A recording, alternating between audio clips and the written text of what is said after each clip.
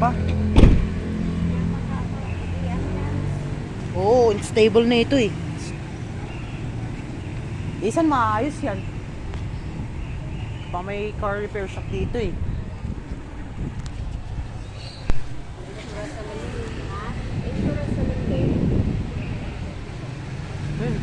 Yan.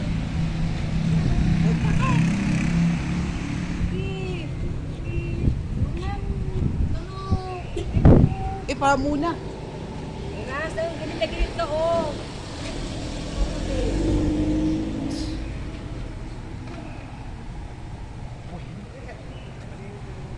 Damn.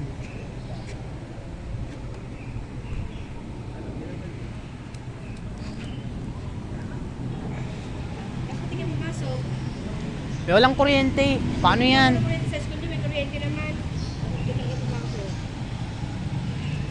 Bubuti, mapapaalam ako.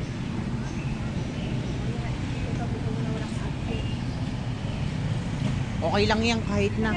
Tulog ka muna. Tulog ka muna tapos ano. O higam ka muna para pagdating nila. Punta tayo ng barangay. Tulog ka muna magano. Tulog ka muna sa